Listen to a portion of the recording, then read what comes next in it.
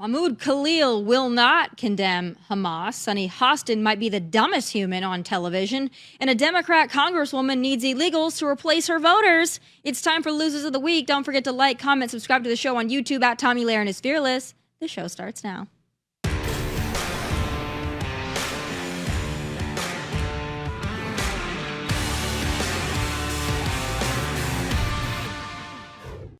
The Democrats cannot decide who their golden boy is. Is it alleged gangbanger, human trafficker, wife-beater, illegal alien, Kilmar Abrego Garcia, or the other titillating option, America and Israel-hating campus agitator Mahmoud Khalil? A real Sophie's choice for sure. But this week, it seems they've chosen, drum roll please, yes, now that he's out free to roam around this country that he demands to stay in but also vehemently hates, he's making the rounds in Washington, D.C. with all the usual suspects, you know, the members who quite possibly also hate America and Israel.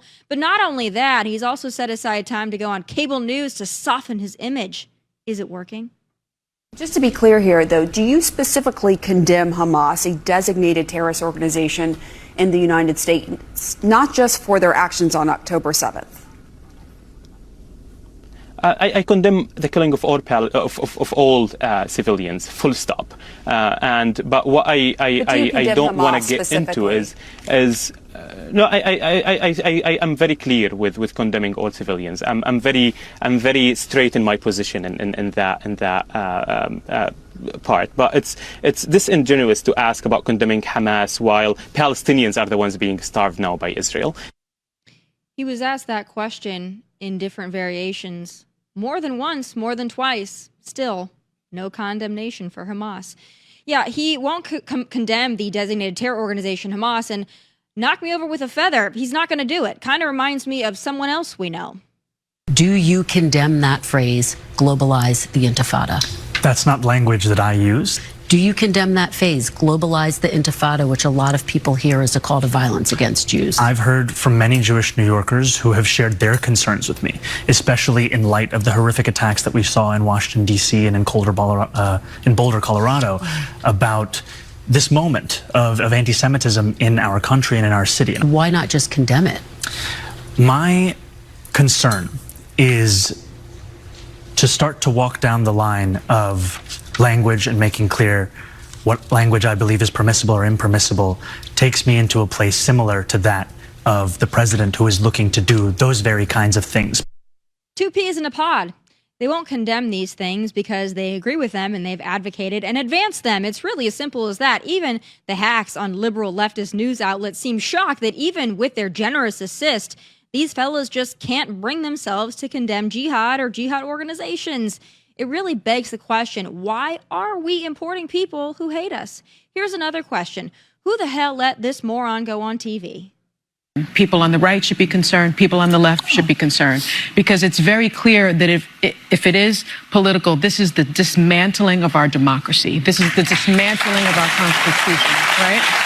And so the First Amendment is the First Amendment for a reason, and that is freedom of the press, freedom of speech, freedom to speak truth to power. If that is taken away, if the comedians are being attacked, then that means our Constitution is being dismantled. That's right. With some people, I think the outrageous fear-mongering is an act, not genuine. But for Sunny, I really do think she's that dumb. I do think she believes the word diarrhea that comes out of her mouth. I do think it's comical, though, that these overpaid TV hacks, unfunny comedians, and their failed and flopping shows think it's Donald Trump that's silencing them. Like I said earlier this week, unless Trump is like Santa Claus going into millions of homes each day and night, shutting off televisions just as shows go on air, these whiners are going to have a real hard time blaming Trump for their flops. I'd also like to point out, though, that while the ladies of The View and fellow late-night hosts like Jon Stewart, Kimmel, Fallon, and others feign outrage and stand in solidarity with Stephen Colbert, none of them will put their paychecks where their mouths are and quit in solidarity with their martyr. Weird. But speaking of big mouths, my last loser this week is New York Democrat Rep. Yvette Clarke, who I guess is at least honest about why she and other Democrats in sanctuary cities need to keep these illegals hanging around. I'm from Brooklyn, New York. We have a diaspora that can absorb a significant number of these migrants. And when I hear colleagues talk about, the doors of the inn being closed, no room in the inn, I'm saying, I need more people in my district, but just for redistricting purposes. And those members could clearly fit here. Let it egg on minute. I thought that was just some right-wing conspiracy theory. The Democrats are trying like hell and going to such lengths to keep all illegals in this country after they let millions in for the purpose of padding voting blocks and replacing constituents. I love it when they say the quiet part out loud and don't even fully realize it. Those are my losers of the week. Joining me now is content creator and investigative video journalist Nick Shirley. All right, Nick, I'm glad to have you. I know that you've been out on the streets getting some great content. I got to get your take, probably on my loser one this week. We've got Khalil. You've been on the streets. You've been in New York. You've been in California. You've seen these not only anti-ICE protesters, you've seen the pro-Hamas protesters. You've been around them. You've taken it all in. You've smelled them. God help you. So what is your take on both the presumptive front runner for mayor in New York City, Mamdani, as well as Khalil, when they're given these opportunities to go on news programs and condemn Hamas, globalize the Intifada, and they just will not do it? Yeah, it's interesting that those are the people they're choosing to push out in the media.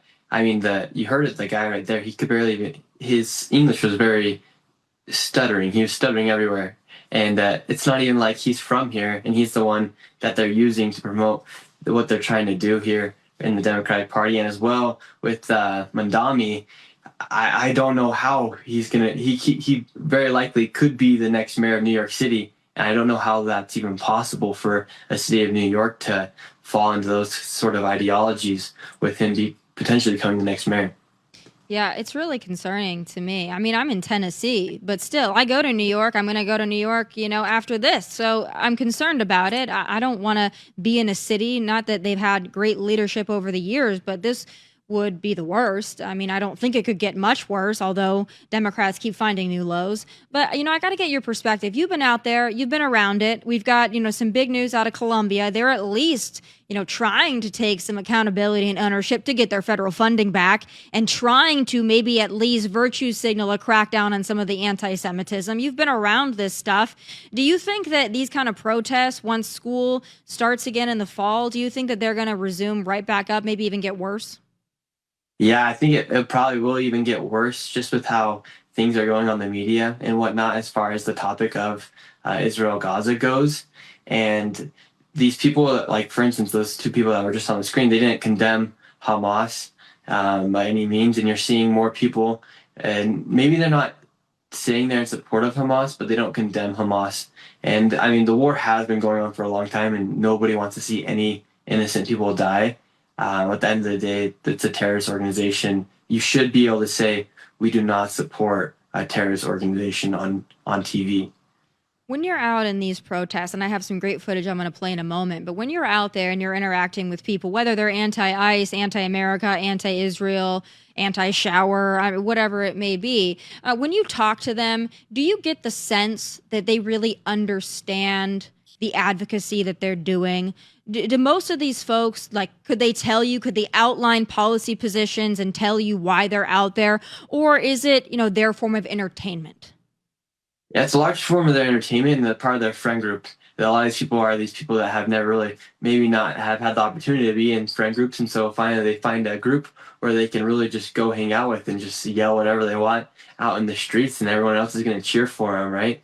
So a lot of these people, you'll see it, for instance, at one of these protests, as soon as Trump bombed Iran, there was a protest in Seattle, and all of a sudden these protesters came out, and these people were bringing out protesting signs from anti-Elon Musk protests. So it's just they were all just shifting from one movement to the next. Whether one movement be correct or one movement be wrong, they were protesting it, no matter what. Yeah, a lot of these people are just straight dumb. And I don't think they have a lot of friends. I don't think they have anything else to do. I don't think they're the kind of people that go to a bar and get a beer and watch a baseball game. I think this is what they do for fun, and I think that's all they have. So for that, I feel badly for them. But there are some people that genuinely do know what they're doing. They do know what they're advocating for, and it's dark and it's scary. I saw this clip, of course, on your social media, and you were doing some interviews, some man on the street stuff about Islam and Christianity and maybe the direction it's going. I want to play one of your interactions because I think it's concerning. Let's take a listen. Do you think Islam will eventually overtake Christianity here in the United States? Worldwide, not just the United States. We have people converting every day. And what leads a Christian man to convert to Islam? When they read the Quran and they find the truth, and they read it in English, and they see how peaceful Islam is. What are some large misconceptions about Islam here in the United States? That Muslim women are suppressed. And what makes you choose to wear the hijab? My religion, I started wearing the hijab when I was 16 years old. And what would happen if you didn't wear the hijab? Nothing would happen. It's your choice. And could you shake a man's hand? No. Do you find that interesting that women can't shake other men's hands? No, I don't find that interesting. It's normal. And why do you think Islam is the largest growing religion here in the United States right now? Because of our Quran. Our Quran, our book never changes. It's one book, one language, one religion. There's Islam in all over the world. Is it true that Muslims also practice polygamy? Yes. Very interesting. I mean, you asked a lot of great questions, by the way, and it was very insightful. And I think we got a lot, out of the answers there. That was in Minnesota, correct? Yes, in Minneapolis. Yeah, Minneapolis is going to hell. Let's just be honest. I mean, you had George Floyd in 2020. They burned down their targets. They were going crazy. And then now you got this. You've got really a takeover, and it's crazy what that city has become, especially in the Midwest. You don't expect it. But when you spend time in these places and you talk to people like that and others, what's your general takeaway? Yeah, it is concerning, just because of how the ideas just don't quite mix. You don't even see like people mixing in the streets as far as like talking to one another. It's very rare. Like I wanted to make this video on Islam in America, and I wanted to learn more about it as well.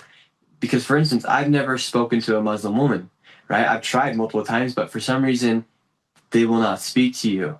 And so I was lucky to get that lady to come on camera, but I wanted to learn more about it. And kind of we all have these perceptions on what Islam is and what it is not. And I learned Islam is, people look at it in different perspectives, but it is concerning that it's just going in America, and like that lady said, they would like to see it be worldwide.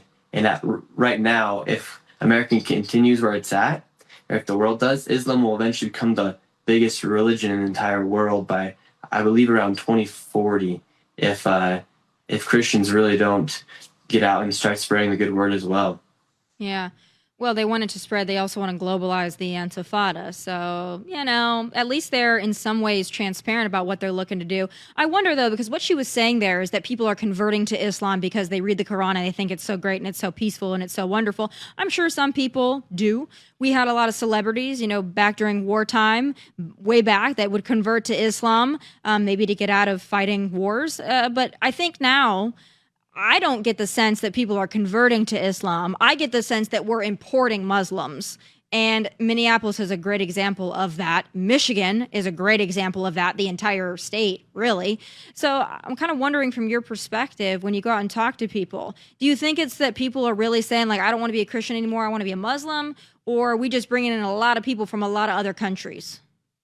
It's both the importation, but then also the people that have never really gotten into any church or any form of religion here in the United States. For instance, I think in a lot of the colleges, what you're seeing with a lot of the Free Palestine movement is a lot of people are joining and becoming part of Islam, right? With the movement that's happening at a lot of these colleges. So maybe your neighbor's not converting to Islam, but a lot of people around colleges and people that have never been a part of a religion or gone to a church are now siding with Islam on a lot of things, and they are converting people.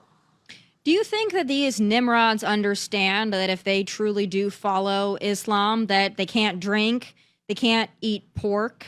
The women are, in my eyes, as an American woman, it seems oppressive. maybe not to them. To me, that's my perception. Again, I'll own that. That's me thinking that wearing that around my head and not being able to do many things that men can do, I would call that oppressive, but whatever. But Islam, they're not allowed to do a lot of the things that they do. They're not allowed to have a pride parade. That's for damn sure. They're not allowed to put a strap-on and go on a parade float around children and talk about, queer. They're not. They might think they're queers for Palestine, but I'm just wondering, when you interact with these youngsters, do they get it? Are they clocking that?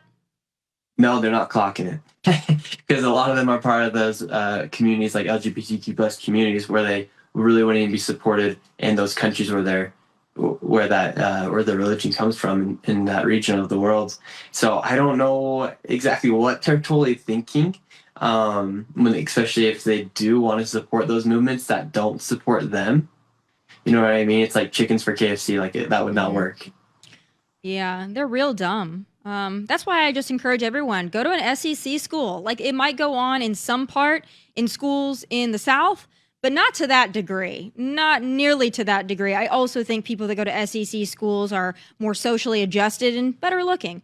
But again, that's my personal observation. I want to play another clip because you went to another group of people who might actually be the same group of people. They shift between Queers for Palestine, Hamas, anti-ICE. I think they're all the same people, to your earlier point. But, they quickly turn on you. I want to play that clip. Turn on your body cams! Turn on your body cams! It's not really safe for you in there. I know, but it's more. Can you come out here 1 second?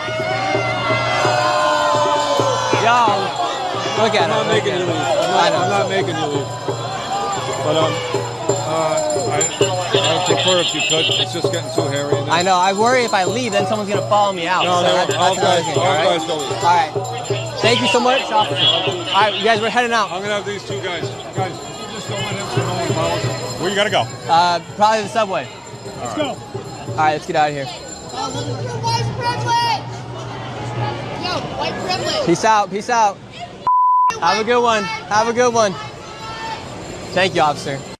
So, again, it looked like some folks were there for Hamas, some for, we really don't know. It's actually hard to tell.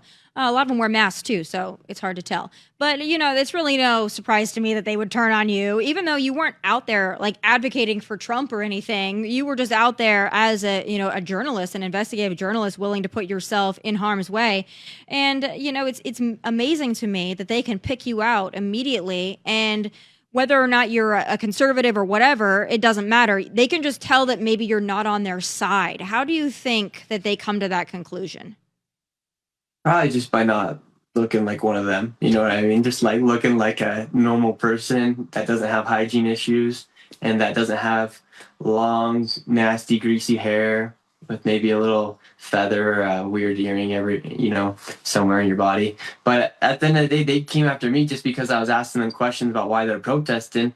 And then I'd ask them another question. And then it was like, well, you're all against us. In reality, I was just there to talk to them. And then it turned into an anti-Nick Shirley protest pretty soon. And people were yelling at me for being white. I was like, you're white as well. What are these people protesting for? And how can somebody in their right mind who's also white get mad at another person for being white as well, which was, I couldn't even believe what happened that day. Yeah, that's wild. You're right, because a lot of these people are white. They're white liberals, and I guess they hate themselves. I don't know. I don't know what they're doing there. It's really, really bizarre. But you mentioned, the hygiene issues, and I poke fun at it. I'm sure there are some people in those groups that shower and whatever, but I do think that a lot of these people, I actually feel badly for them because I think a lot of them are misfits. And I think a lot of them have always been misfits and they're looking for a place to belong. And they think that this is it. And I feel badly for them because I do think a lot of them are misguided. And then a lot of them are terrorist sympathizers that are legit in that. But, when you go out there and you decide to do that, you do it and you put yourself in danger doing it in multiple cities. But is there a point where you're ever like, uh-oh, I heard you say in that clip, they're going to follow me out of here. Yeah, they probably are going to follow you out of there. At what point? And at one point, you're probably going to get hurt. Does that bother you at all? Is it something that you think about? In the moment, you don't really think about it because you're just going. And it doesn't worry me too much. And I don't want to ever put it out there that I'm eventually going to get attacked. And I hope that doesn't come to the case. But I also am not too worried. A lot of these I think I could outbeat a lot of these people in any athletic match if it ever comes to anything like that. You know what I mean? So I wouldn't get too worried about getting in a fight with some person if it really came to it. Yeah, one-on-one, but a mob of them, they can do pretty awful, horrible things, and it looks like they usually get sizable crowds. So you got to be careful out there. You got to watch your back. I know for me, people have said to me, for years, like, don't you have security? I'm like, no, I don't have security. Like, I'm just an average person, but I get a lot of hate, and I've been in situations where, SWAT has been had to be called, at various speeches and stuff. And I never really think that they're actually going to do something to me until you're in a position where, oh, really, they would do something to me if they could because they're empowered and emboldened. By the way, I would not suggest going to Albuquerque. They are especially feral there. So be on the radar for that one. But, it is concerning, and it's sad that you can't even just go out there and interview people. Like, I have a position, and I have a loud voice on what I believe in, and I understand why some people would see me as a target, but you're just asking questions. You'd think they would love the platform, but alas, I guess not. You mentioned being able to maybe athletically best a lot of these individuals. There's somebody else that I want to get your take on. His name is Harry Sisson. And, he was a big Joe guy, and then he was a big Obama guy, and then he got himself into some hot water for some various behavior. But he posted this, what I think is a thirst trap the other day, about mega losers and how he's so much stronger and hotter. And I assume that you're a fellow Gen Z, and you're also a white male. So what do you think of Harry Sisson? Yeah, I mean, I don't even like to talk on these guys because they don't even do anything. All they are is just Twitter fingers, or they'll just read some outline. They'll read some news outline and go and share anything. They're not actually there to like show what's actually happening or show the truth. They've never gone boots on the ground per se to see what's actually happening in a location. So whatever him and his group of people say, I do not even take it with a grain of salt. You know what I mean? Yeah. Like they don't do anything. Yeah. Well, and they're paid, and they're bought and paid for. Like everyone knows they're on the DNC payroll. Yeah. They are, it's like a roundabout way to get there. But if you look at where a lot of the funding comes from, it's mysterious to say the least. But he was a big Joe guy. Then he switched to Kamala. I don't know if he's still hoping Joe run. I'm not really sure what Harry's doing these days. He loves to be on social media, though. So I guess good for him. I don't know if that thirst trap was trapping what he thought it was trapping, but best of luck to him on that. Gen Z, we're hearing a lot about Gen Z. I'm hard on Gen Z because I'm a millennial. That's just what I have to do. But, there is some optimism that maybe Gen Z is starting to normalize a little bit. When you interact with fellow Gen Zers that are not on Columbia's campuses or not maybe in New York City, do you get the feeling that they're coming around to a more sane perspective? Yeah, I think they definitely are. If you just see the trends that are popping up on social media, a lot of the people they aren't getting their news from the typical news sources, and they're getting it from more individuals like myself, and they're seeing stuff for how things really are. So you are seeing a big shift. I have at my family parties and stuff, I always have my cousins come up to me and talk to me about stuff and ask for my opinion, or in the streets, I'll always get teenagers coming up and saying, I can't believe this, can't believe that. And they're not as stupid as most people would think. These kids are very smart. And they're able to see through a lot of the stuff on the internet. So last question I have for you, because being Gen Z, I think this is very interesting. I saw an article in the New York Post, and there's a couple different things I want to ask you about, but I saw an article last week in the New York Post about how young women, Gen Z presumably, they're going out in New York City, elsewhere. They're going to bars. These girls get dressed up. They look cute. And they're like, listen, men don't hit on us anymore, at bars. They don't even talk to us. They seem terrified. And then on the flip side of that article, you had Gen Z men saying, yeah, we don't go up to women because we don't want to be called a creeper. We don't want to be put on social media and made fun of. So we don't even approach women. So I got to get your perspective on it. This isn't necessarily political. It's just more of a social experiment. What can you tell us about what it's like there in the wild for Gen Z? Yeah, it is actually pretty tough because, a lot of these girls, they're all pretty ladies going out and stuff, but then you go up and talk to them, or and then it's they're almost creeped out. You go up and talk to them a lot of times, or they don't give you the vibe, or you talk to them and they'll expect I have a lot of friends who date, and sometimes when I go hang out like friends and our friend group, I'll ask these girls like, how much are you guys expecting for these men to date? Because I know a lot of my friends and kids that are going to college don't make more than 50 grand a year, right? And all these girls are sitting in this room, and they'll say, well, like at least around like $200,000. And so these girls have like no sense of the reality of what most of the Gen Z is going through as far as how much money they're trying to make. And so these guys will approach them, and then the girls won't be interested because they're not that echelon where they're thinking they're at or where they deserve. And so a lot of these younger guys are like, well, why would we even go try it? Yeah. No, I think that's a real problem. I think the expectations that social media has for people is not reality. I would also add that there's a lot of male influencers as well, but there are a lot of female influencers who are Gen Z influencers and millennial influencers of women who have learned how to become very successful content creators, and they're making a lot of money on social media. And so their perception of where money comes from might be a little distorted. And that's what I get the sense of. It's like, you know, back when I was in college, I didn't expect the, 21-year-old guy I was dating to be making, $200,000. Like, I understand that when you graduate college, most people don't have anything. But these girls now that can make money for posting, or they make money on social media, they just have a different concept of where money comes from and how easy it is to make it. And I think that's a large part of the problem. I hope they figure it out, though, because there are some good ones that are still out there that would love nice young men to approach them. So I don't know where we go from here. But Nick, I appreciate. It makes it tough. Yeah, go ahead.